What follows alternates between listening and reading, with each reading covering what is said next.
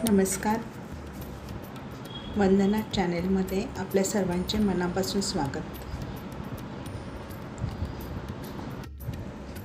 स्वामी विवेकानंद ग्रंथावली अध्याय 7 कर्मयोग, त्यातील मुक्ती याच्यातला भाग 5 आपण पाहूयात. कर्मयोगाची शिकवण अशी आहे की ज्याला आपण साधारणपणे कर्तव्य म्हणत असतो ते खालच्या पातळीवरील होय, आणि तरीसुद्धा आपल्यापैकी प्रत्येकालाच स्वतःचे कर्तव्य बजावणे भाग आहे. तरी पण कर्तव्यासंबंधीची ही विशिष्ट जाणीव पुष्कळदा नाना दुःखाचे मूळ होऊन बसत असते. ही गोष्ट पण आपण नाकबूल करू शकणार नाही. पुष्कळदा कर्तव्याचा आपल्याला रोगच जडून बसतो. कर्तव्याचे भूत आपल्या मानगुटीस बसून आपल्याला सारखे पिटाळीत असते. एकदा का त्याने आपल्याला झपाटले की मग आपल्या उभ्या आयुष्याची माती झालीच म्हणून समजा. मग मरेपर्यंत कपाळी दुःखच दुःख. मानवी जीवनाला तो एक अभिशापच म्हणावयाचा. हे कर्तव्याची ही असली जाणीव म्हणजे वैशाखातील भर दुपारचा रखरखीत सूर्यच. मनुष्य जातीचा अंतरात्मा त्यायोगे अगदी करपून जात असतो. कर्तव्याचे गुलाम बनलेल्यांची कोण शोचनीय दशा होऊन जात असते म्हणून सांगावी. सारखे कर्तव्य कर्तव्य कर्तव्य. ते त्यांना विचार करण्याची देखील सवलत देत नाही. फार काय, पण स्नानादी उरकण्याची सुद्धा फुरसत या बापड्यांना ते मिळू देत नाही. बिचाऱ्यांना आवंढाप गिळण्यासही वेळ नसतो. कर्तव्य सारखे त्यांच्या पाठीस लागलेले असते. ते बाहेर जातात, काम करतात, कर्तव्य त्यांच्या पाठीशी असतेच. घरी येतात आणि दुसऱ्या दिवशीच्या कामाचा विचार करतात, कर्तव्याचा ससेमिरा मागे आहेच. गुलामाचे जिणे कंठून अखेरीस एखाद्या घोड्याप्रमाणे खोगीर घातलेल्या अवस्थेतच रस्त्यात पडून मरण, आणि हे सारे कर्तव्यासाठी. साधारणपणे लोकांची कर्तव्याची कल्पनाही अशी असते. परंतु खरे कर्तव्य जर कोणते असेल तर ते हेच की आपण अनासक्त होऊन स्वाधीन वृत्तीने कर्म केले पाहिजे. अखिल कर्माची पुष्पांजली प्रभूचरणी वाहिली पाहिजे. आपली सर्व कर्तव्ये वस्तुतः आपली नसून त्याचीच आहेत. आपण या जगात त्याच्या या लीलाभूमीत आहोत, हे आपले सौभाग्य होय. आपण आपले कार्य करीत आहोत इतकेच. ते चांगल्या तऱ्हेने पार पाडत आहे की कसे कुणास ठाऊक. चांगल्या तऱ्हेने झाले तरी आपल्याला त्याच्या फळाची आस नाही. वाईट रीतीने घडली तरी त्याची खंत नाही. स्वाधीन भावाने शांतपणाने कार्य करीत जा. अर्थातच ही अवस्था लाभणे, असली स्वाधीनता प्राप्त होणे अत्यंत अवघड आहे खरे. गुलामगिरीलाच कर्तव्याचे गोंडस नाव देऊन हाडामासावरील किळसवाण्या आसक्तीला कर्तव्य म्हणून गोंजारणे अगदी सोपे आहे. लोक प्रपंचात शिरून आसक्तीच्या पायी पैशासाठी म्हणा की दुसऱ्या कशासाठी म्हणा कसे तडफडत असतात, प्राणपणास लावून धडपडत असतात. तुम्ही असे का करता असे जर आपण त्यांना विचारले तर ते सरळ उत्तर देतील की हे आमचे कर्तव्य आहे. पण वस्तुस्थिती काय आहे? काय बरे त्यांना भ्रमवीत असते? पैशाची पोरकट हाव, लालसा, आणि तिलाच कर्तव्य म्हणून संबोधून गंधफुले वाहतात. कर्तव्य म्हणतात ते अखेरीस आहे तरी काय? शरीराची गुलामी वा आसक्ती याखेरीज खरे पाहिल्यास कर्तव्य म्हणजे आणखी काहीच नाही. ती आसक्ती बद्धमूल झाली की तिलाच आपण कर्तव्य असे नाव देत असतो. खरोखर पाहिल्यास कर्तव्य म्हणजे एक प्रकारचा जुनाट रोगच म्हणता येईल. एखाद्या वेळी तो अतिशयच बळावल्यास आपण त्याला रोग म्हणतो, आणि तोच सौम्य स्वरूपात नेहमीचा सोबती होऊन राहिल्यास आपण त्याला स्वभाव असे नाव देतो. ते कसेही असो, पण हा एक रोगच आहे, यात काही संशय नाही. आसक्ती चिरस्थायी होऊन आपला स्वभाव बनून जाताच तिला आपण कर्तव्य हे गोंडस नाव बहाल करतो.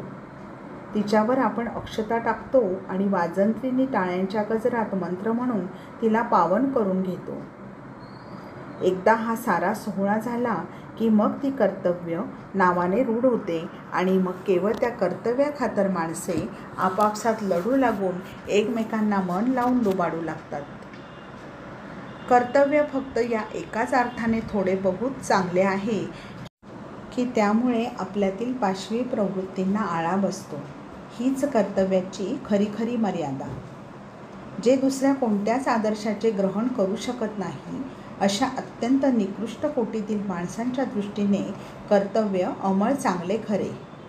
पण कर्मयोगी होण्याची ज्यांची इच्छा आहे त्यांनी मात्र कर्तव्याच्या या कल्पनेला पिटाळूनच लावले पाहिजे. तुमच्या माझ्या दृष्टीने कर्तव्य म्हणून काही नाहीच. तुम्हाला जगाला जे काही द्यावायचे असेल ते द्या, जरूर द्या, पण कर्तव्यबुद्धीने मात्र नव्हे. तसला विचारही आपल्या मनाला शिवू देऊ नका. देणे भागच पडेल अशी पाळी येऊ देऊ नका. भाग पडून सक्तीचा रामराम काय म्हणून? भाग पडून तुम्ही जे काही कराल त्याने आसक्ती ही उद्भवेलच उद्भवेल. कर्तव्याचे लोढणे गळ्यात असलेच पाहिजे असे काय म्हणून? भगवंताला शरण जाऊन सारे काही त्याला समर्पण करा. जिथे कर्तव्यरूपी वन्ही सर्वांना होरपळून टाकीत आहे अशा या संसाराच्या धगधगत्या भयंकर अग्निकुंडात राहताना हे भगवत समर्पणाचे अमृत आकंठ पान करून सुखी व्हा. आपण सारेजण केवळ त्याच्याच इच्छेनुसार कार्य करीत आहोत.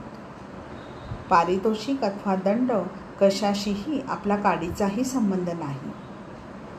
तुम्हाला जर पारितोषिकाच्या लाभाची आकांक्षा असेल तर मग त्याबरोबरच दंडाचाही स्वीकार करावा लागेल. दंड टाळण्याचा एकमेव उपाय म्हणजे पारितोषिकाची आशा सोडून देणे हाच होय. दुःख टाळण्याचा एकमेव उपाय म्हणजे सुखाच्या कल्पनेचा त्याग करणे. कारण सुख आणि दुःख दोन्ही परस्पर संबद्ध होत. एकीकडे सुख आहे तर दुसरीकडे दुःख. एकीकडे जीवन आहे तर दुसरीकडे मरण. मृत्यूचे अतिक्रमण करून पलीकडे जाण्याचा एकमात्र उपाय म्हटला म्हणजे जीवनाची आशा सोडून देणे हाच होय. जीवन आणि मृत्यू एकच वस्तू आहेत. एकाच वस्तूच्या दोन विभिन्न बाजू इतकेच. आणि म्हणूनच दुःखरहित सुख आणि मृत्यूरहित जीवन इत्यादी कल्पना केवळ बालोपयोगी वा शालोपयोगी एवढ्याच दृष्टीने बरीक चांगल्या म्हणावयाच्या. परंतु विचारी व्यक्तींना हे शब्दच मुळी विरोधमय वाटत असतात. म्हणून ते त्या दोघांचाही त्याग करतात. तुम्ही जे काही कराल त्याबद्दल कसलेच पारितोषिक वा प्रशंसा लाभेल अशी आशा बाळगू नका. पण याच्या उलट आपण करीत काय असतो? एखादं सत्कार्य हातून होता क्षणीच आपण त्यासाठी प्रशंसा मिळावी म्हणून आषाढभूत होऊन बसतो. एखाद्या धर्मार्थ कार्याला काही दान देण्याचाच उशीर आपण लगेच वर्तमानपत्रातून आपल्या नावाचा गाजावाजा व्हावा म्हणून तडफडू लागतो. असल्या वासनांचे फळ दुःखाखेरीज आणखी काय असणार? जगातील सर्वश्रेष्ठ व्यक्ती लोकांना न कळतच निघून जात असतात. शेकडो नरश्रेष्ठ प्रत्येक देशातच अज्ञातपणे आविर्भूत होऊन नीरवपणे कार्य करून गेले आहेत. ते नीरव जीवन व्यतीत करीत असतात व नीरवपणेच निघून जात असतात. सर्वश्रेष्ठ व्यक्ती स्वतःच्या ज्ञानामुळे कीर्ती वा प्रसिद्धी मिळावी अशी इच्छा करीत नसतात. ते आपल्या विचारसंपदेचे जगताला दान करून मोकळे होऊन जातात. ते कशावरही आपला हक्क शाबित करू इच्छित नसतात किंवा स्वतःच्या नावाने एखादा संप्रदाय वा धर्ममत प्रवर्तित करून जात नसतात. हे सारे त्यांच्या स्वभावाला अजिबात मानवत नसते. ते शुद्ध सात्विक असतात. ते कसलाही आटापिटा करू शकत नाहीत.